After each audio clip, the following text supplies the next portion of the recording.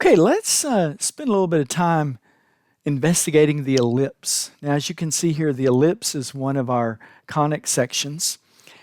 And here's a picture of one. Okay. Now, for this particular ellipse, notice, of course, it's elongated here horizontally. In other words, the horizontal, if you look at it from left to right, it's longer than it is up and down. So we say that the horizontal axis from this endpoint here to this endpoint here, that's the major axis. Okay? In other words, and so in this example here, we have an ellipse with the major axis being horizontal. And it just goes from the furthest point to the left to the furthest point to the right. That's the major axis. Now, the minor axis goes up and down from the lowest point to the highest point. And notice it passes both of these axes, of course, pass through the center point. Now, on this major axis, you have two foci, a focus here and a focus here. Okay? In addition, on this major axis, you have vertices. The vertices at the very end, the leftmost point, and the vertices at the right, the rightmost point. So this is what ellipses have in common. And what we're going to be searching for is when we're given an equation for ellipse, we're going to want to find the foci, and we're also going to want to find the vertices as well as the center point. But let me take a minute and just kind of define for you what we mean by ellipse. What exactly is an ellipse? Well, think about just any point on this ellipse. And let's suppose that we draw a line directly from this focus up to that point, just any random point. Now, that's a distance. I'll call that D1. Then let's suppose from there we go back down to this other focus. I'll call that D2. That's a distance. Now, if we add D1 and D2, we're going to get some number. Now that number, whatever it is going to be the same no matter which point we choose on this ellipse. In other words, the distance D1 plus D2 is always going to equal this fixed K for this particular ellipse. If we change the ellipse, it'll be a different K. But that's what an ellipse is. It's the union of all those points that have this property. This is an ellipse. Now, let's investigate some of the characteristics of this ellipse and the general equation for an ellipse. Okay, so I've got an ellipse here, just a general ellipse with a center at the origin, and we have x squared over a squared plus y squared over b squared equals 1. Now what I'm going to do is I'm going to adjust a and b. Notice I've got sliders down here for a and b.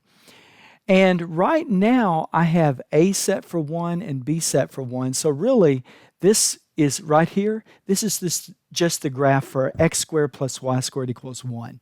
In other words, this right here is a unit circle. And a circle is what you get when you have an equation like this and the coefficient down here, this a and this b, are the same. So we have x squared over 1 plus y squared over 1 equals 1. Well, that's just a circle. But let's see what happens when we increase a little bit. In other words, I'm going to make these not equal. So I increment it by 1. And look at that. What I got was an elongation there, right? I got an ellipse. And notice right here what we have. We have a focus here and here. I've made it so that it will show the foci. And of course here we have the vertices. But notice as I increase the a, it spreads it out more and more. See? So, I could back off a little bit, and you can see how it spreads it out. And maybe, let me get it back a little bit. There we go. Okay? So you can see how that works. Now, I could also increase the b, and look what happens to the b.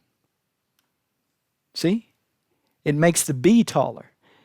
And if the b catches up to the a, notice I've got a circle again. See, I've got a circle again because now this is x squared over 4 squared plus y squared over 4 squared equals 1. So now I have another circle. So you can see how adjusting these numbers on the bottom of x squared and y squared changes. Okay? Now, let me do this. Let me go back and let me back this off a little bit. Let me make this a is 5, and let me maybe make this 3, something like that. Okay? So there we have an ellipse, and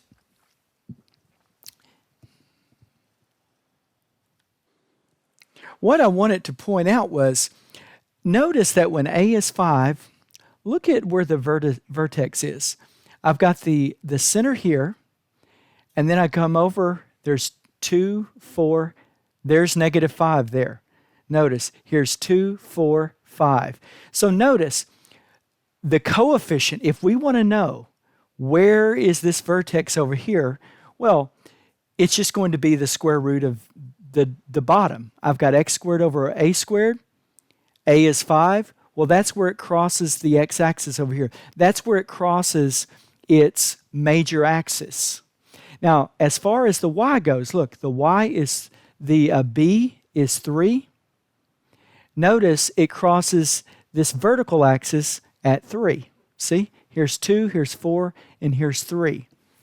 So these are some things that we can pay attention to. So look, if we've got x squared over 25 plus y squared over 9, and we want to know, okay, how far up and down does this graph go? Well, it goes from the center point, it goes up 3 and down 3.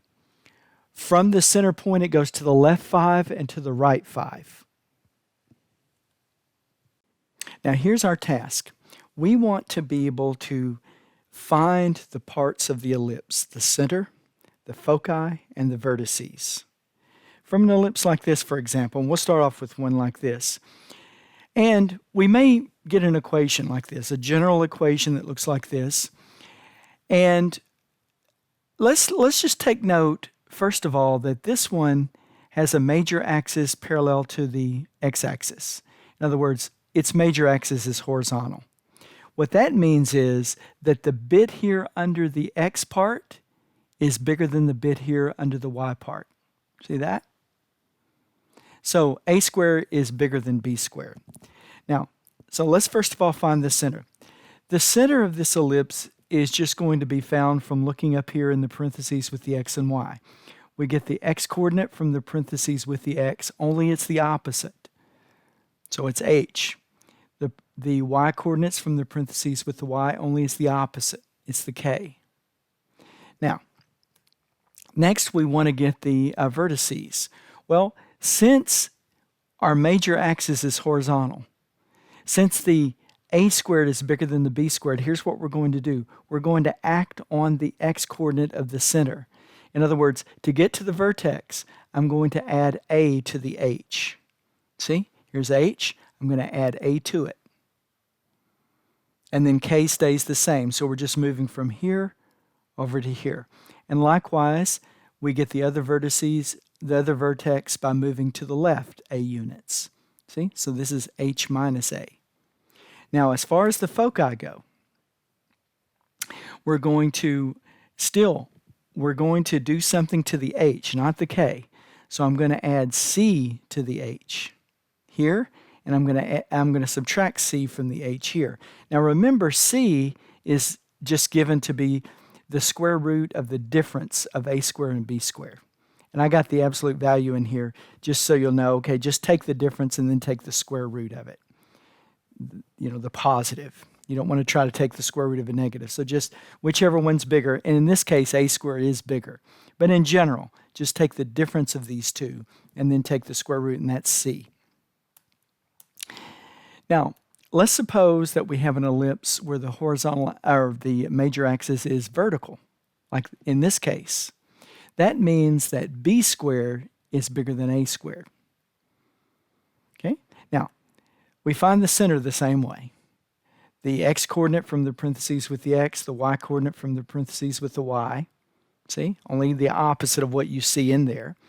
Now, to find the vertex, we're going to add to the y coordinate. See? So we say h stays the same. We're just going straight up. We're not going left or right. So h stays the same. And we get h comma k plus b, and then h comma k minus b down here. As far as the foci goes,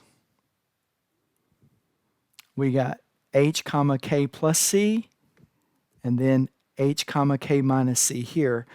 And of course, c is equal to that same thing, the difference of a squared minus b squared, the square root of that. Okay, so those are the two situations. Either we can have a major axis vertical or horizontal. So let's look at a couple of examples here. Notice on this one, the 25 is under the x, and over here the 25 is under the y. So let's just see how these would differ. First of all, we'll look at this one right here. I want to find the center. The center is going to be 2, negative 5. Notice, I get the 2 from the parentheses with the x, only it's the opposite. The 5 from the parentheses with the y, only it's the opposite. So I've got 2, negative 5. Next, I want to find the vertices. So I'm going to act on the x, right? Because the number under the x part is bigger. So I'm going to add and subtract 5 from the x coordinate of the center. So 2 plus 5 and 2 minus 5. Those are my vertices. And notice the y's didn't change. Now I need to find c. C is going to be the square root of 25 minus 9, which is 4. You know, the square root, of course, it's square root of 16, which is 4. Then I can add 4 to the x coordinate of the center and subtract 4 from the x coordinate of the center. And I get a graph that looks like this. And you can see all the components here. Okay, now let's look at this next one. This next one's going to be very, very similar, except now the major axis is vertical. Okay, so here we go. We've got the center, same as the center over here. Now, as far as the vertices go, we've got 2 comma. Now I'm going to add the 5 and subtract the 5 from this negative 5. Okay, so I add 5 here, subtract 5 here. Those are my 2 vertices. Okay, so I add 5 and I subtract 5. C is still the same. Now let's find the foci. So I've got 2 comma negative 5 minus 4 and 2 comma negative 5 plus 4. Those are my vertices. And then we can take a look at the graph. There's what the graph looks like. I don't have the parts labeled on here. That was an oversight on my part. But anyway, you can see, you can match them up how they're supposed to go. All righty, there we go.